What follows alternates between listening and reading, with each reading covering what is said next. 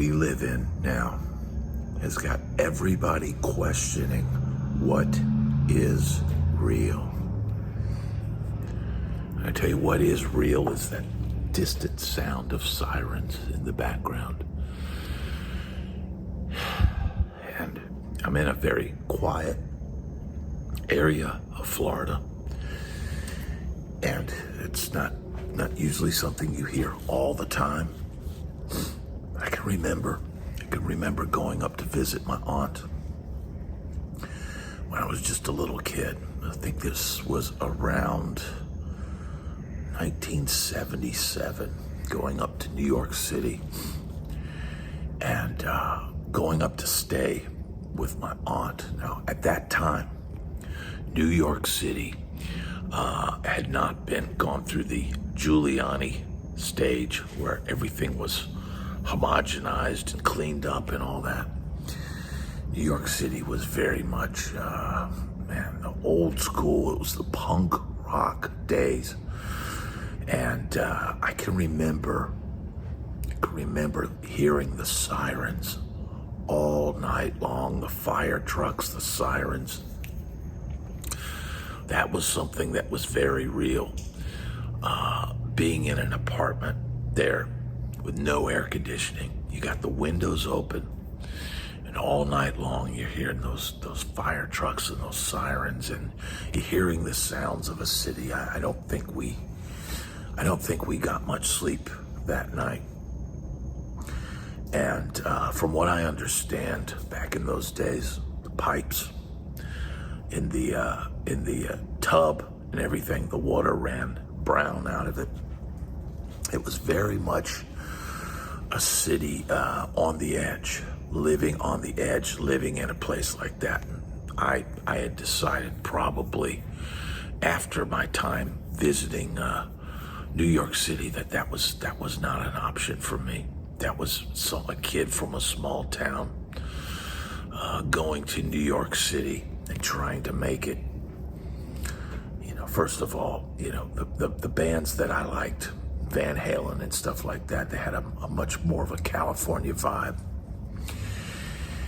And but I was into punk rock just as much as I was into Van Halen and stuff like that. And I can remember there was an area. We took a cab down to a punk rock, like rock and roll clothing store.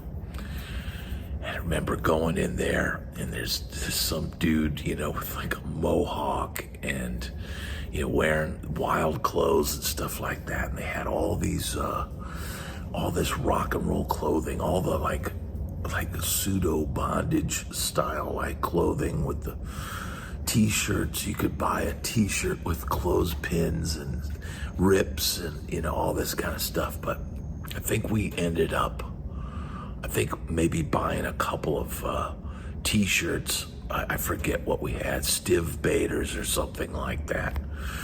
And the Dead Boys or something. And I remember we used to buy those skinny ties. I went to Catholic school as a kid, right? So you had to wear a tie every day. And my way of rebelling against that, because I was rebelling against a place that would tell me what to do every single day, all day. And so I bought these like ridiculous skinny ties. I mean, these things were just slivers, but they met the requirement of having a tie on, so I could have some form of rebellion, even though I was having to wear basically a suit and tie to school every day. And that's probably maybe why my life everything was casual dress from that point on. Very rarely, you would see me in a suit. The only time you would see me in a suit would be later on when I went to Nashville and I had to do gigs in a tuxedo. And you know what? You will do certain things to keep the lights on. You will do what it takes to survive. And that ties back in to real. It's very real when you need to pay the rent. It's very real when you have to do something to make ends meet. But man, we're living in a world now that is increasingly fake. So much so that I had a guy in the comments today. I was kind of blown away by this, but in one of my older videos talking about Arnel Pineda of Journey, and talking about how difficult a gig that is. Imagine being the singer for Journey. Imagine having to perform at that level every night. I'm not talking about, imagine being Garth Brooks or George Strait. I'm talking about, imagine having to have one of the greatest voices of all time and having to maintain that every night. That's a huge part of why the guy that started it, Steve Perry, is not out there anymore. He knows that that's an impossible task to live up to, especially in the days where people like me have this thing right here, a cell phone that can record and reproduce a quality or semi-quality representation of what went on at a concert. I don't think that for a minute, if Steve Perry were to go out on the road and have a tough night, have a night where he's struggling with his pitch or struggling with notes or his voice is cracking or whatever, that people wouldn't be filming it and exposing this and ragging on him. And that's a very real thing.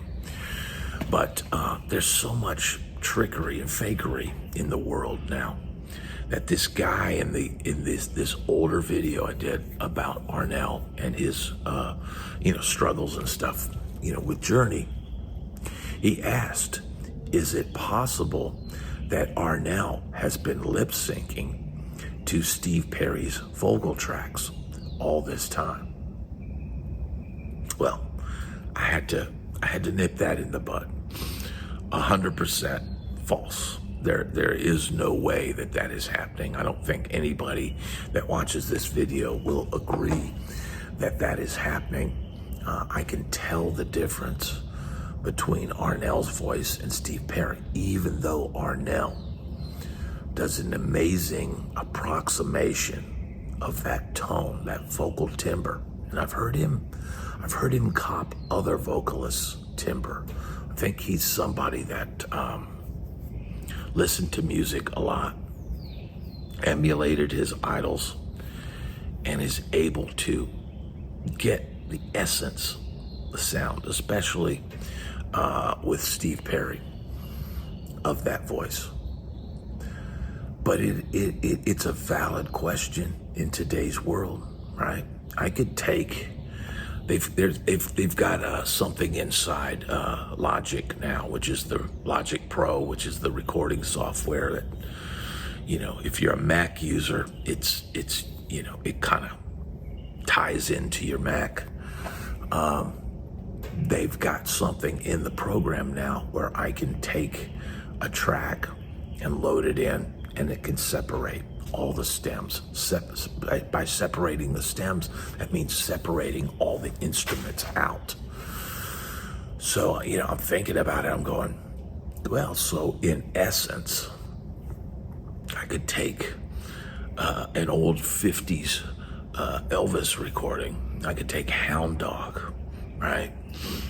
And I could pull all the instruments out, isolate Elvis's voice, and I could reimagine what would it sound like with Elvis fronting Van Halen, or what would it sound like, by putting different instruments in, or creating a new arrangement of the song. I could essentially completely change how that music is perceived. Now, they have done things like that in the past. There is an album out I had discovered while I was on the road where they took a bunch of Elvis's vocals, they put modern arrangements to it, redid it, Some of it I think is really good. Some of it is,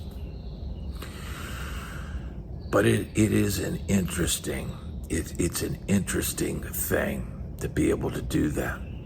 I know of people who are, doing that, separating stems so that they can use these stems to go out on the road and potentially have less people on the payroll. That's going on in the music world. A lot of people are questioning today if live performances are 100% real. And that is a valid thing, because a lot of people, a lot of things, a lot of what you go see live, what people are paying huge dollars to go see, is these big productions. And maybe the performer is not really singing, or maybe only really singing along with their guide track. What is a guide track? Look, I've been on the road and seen big headliners, and the lead singer doesn't choose to go to sound check, probably to save their voice, or maybe they just, look, man, sound check can be a pain in the ass. Let's be honest. Sound check can be a pain in the ass. Going out on that stage to an empty place and doing the work. And like I said, if you're a vocalist, it's wear and tear on the voice every night. So, they have the vocal track of the artist. The band plays along, and during the sound check, that vocal is piped through the mix, and the band's playing along, and you hear the vocal, and you go, okay, well, that vocal is there now, right? So should the artist have a tough time performing, it wouldn't surprise me if they said, hey, do you want some guide vocal to sing to tonight? Or, hey, we're gonna blend your vocal in with the guide vocal. Or, hey, your voice is completely shot. We're gonna just pump the guide vocal. Now, I know for a fact, and I'm not naming any names, and I'm not shaming anyone, because it's a tough business, and we all have to do what we have to do to survive. If one person forces the cancellation of a show, hundreds of people don't work that night. Hundreds of people don't get to go to a concert. But I do know that this artist, when they did lose their voice, they did cancel the show. The show was canceled. So I feel they are holding things to a standard. But that's not to say that they all do that. That's not to say that there's artists that aren't going out there and 100% relying on a guide vocal.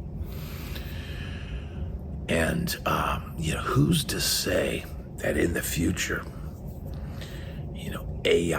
with AI, right?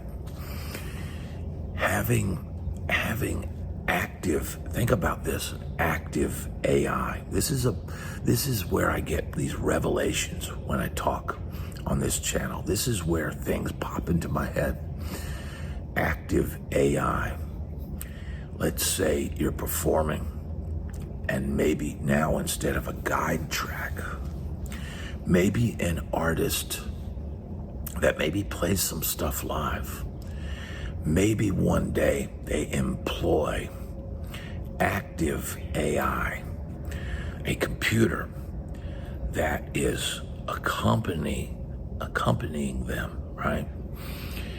And the AI is actively listening, analyzing what they're playing, and reacting. This is something that the greatest musicians in the world do, listening and instantly reacting. The greatest players that I've ever played with, many of the ones that I played with, no one would know their name. They're great players. They're playing in Nashville, they're playing in LA. They're amazing players. And when you play with them, the hugest part of what they're doing is listening to what you're doing and reacting. If they hear me play outside of the tonal center, they will go with you. And when you pull it, come back into the tonal center, they will come back with you. The greatest drummers, if they hear me play a repetitive triplet figure, they may decide to go along with me and play a repetitive triplet figure, and then bring it back when I bring it back. If I, in a funk band, I've played in funk bands where I'm playing super syncopated rhythmic guitar, Corey Wong, type stuff. And the drummer is hearing and picking up on all my accents. And it's almost like he's reading my mind.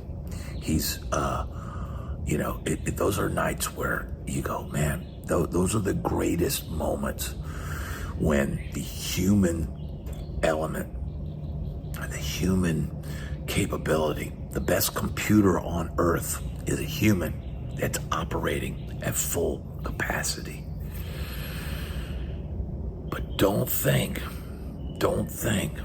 that one day the computers will be working equally as fast, responding in equal manners, so that you could have a band with even a couple of musicians on stage, or maybe just one musician on stage.